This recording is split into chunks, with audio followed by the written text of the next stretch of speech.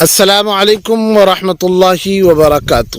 ناظرین، استقبال ہے آپ کا صوفی آفیشیل یوٹیوب چینل میں۔ میں آپ کا میزبان مفتی محمد شعیب صوفی اشرفی رسول پوری۔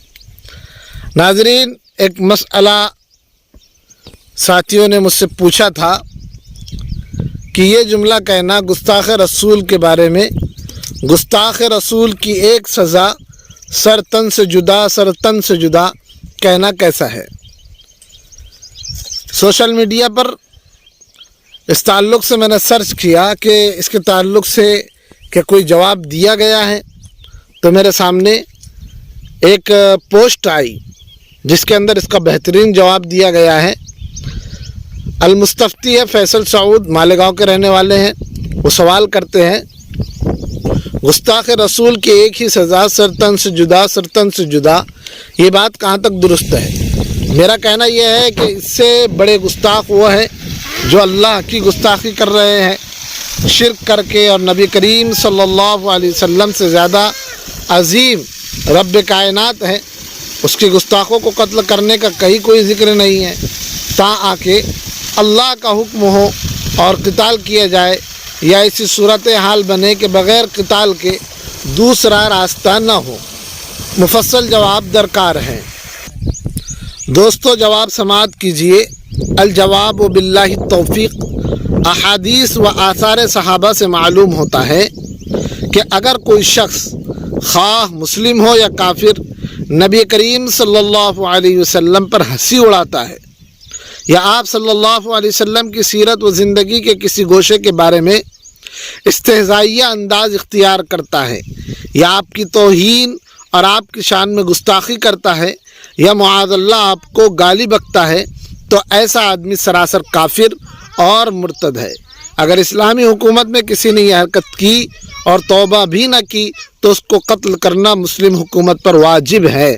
البتہ اگر مسلم حکومت نہ ہو جیسے ہمارے دیش میں ہے، تو مسلمانوں کو چاہیے کہ ایسے بدبخت کو سخت سے سخت سزا دلانے کی کوشش کرے تاکہ آئندہ کوئی اس طرح کی بدبختی کی ہمت نہ کرے۔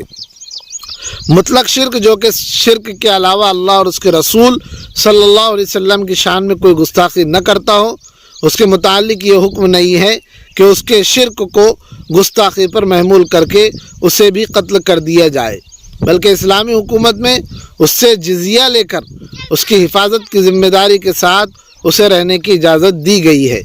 یہ شریعت کا بالکل واضح حکم ہے، اس میں اپنی عقل کے گھوڑے دوڑانا اور قیل و قال کرنا قطعاً درست نہیں ہے۔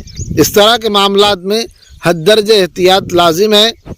چند عربی احادیث رقم ہے، میں آپ کو ترجمے کے ساتھ سناتا ہوں۔ عن ابن عمر رضی اللہ عنہما قال اتى عمر بن الخطاب برجل سب رسول اللہ صلی اللہ علیہ وسلم فقتلہ۔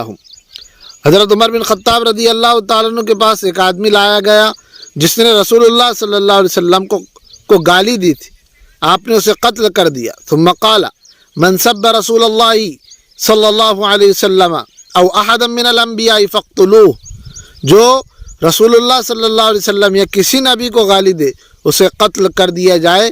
اعلاء السنن میں یہ حدیث مرقوم ہے۔ اگر آپ یہ حدیث حوالے کے ساتھ دیکھنا چاہتے ہیں تو ڈسکرپشن میں لنک ہے۔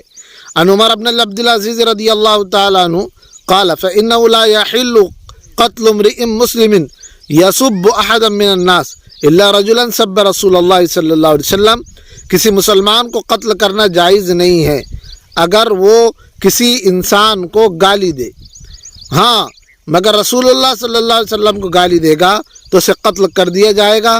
المحل بالآثار مسائل التعدیر میں یہ روایت منقول ہے۔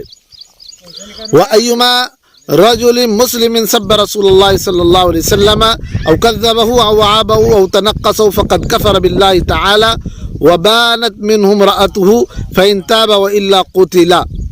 یہ شامی کے اندر منقول ہے کہ جو کوئی مسلمان رسول اللہ صلی اللہ علیہ وسلم کو گالی دے یا آپ کو جھٹلائے یا آپ میں کوئی عیب تلاش کرے یا آپ کی تنقیص کرے، وہ کافر ہو گیا، اس کی عورت اس کے نکاح سے نکل جاتی ہے۔